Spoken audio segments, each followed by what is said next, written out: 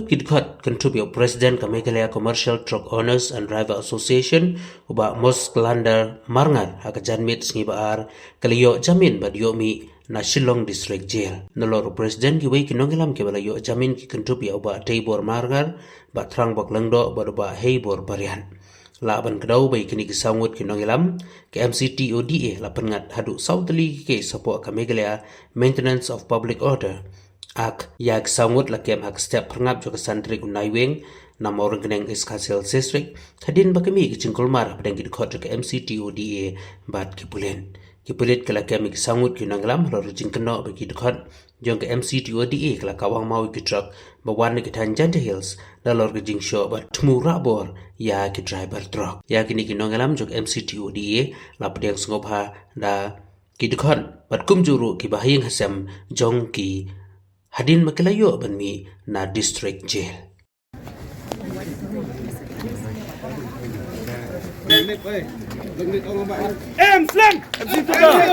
M-Slam! M-Slam! M-Slam!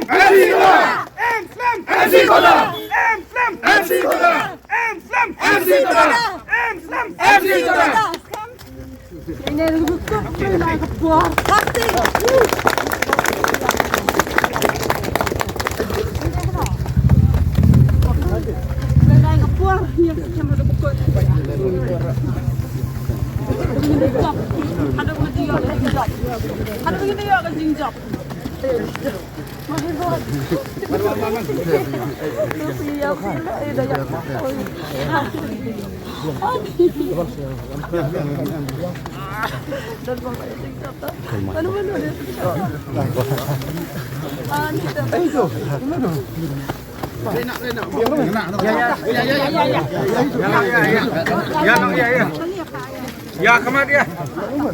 Tuh, pelat.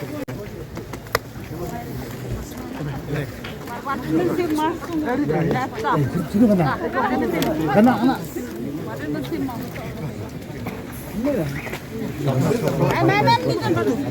Tuh.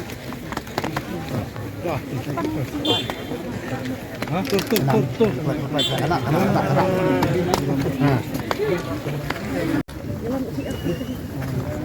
Kita marah. Apa? Mapa. Sikit tu dah kau. Lên này thôi.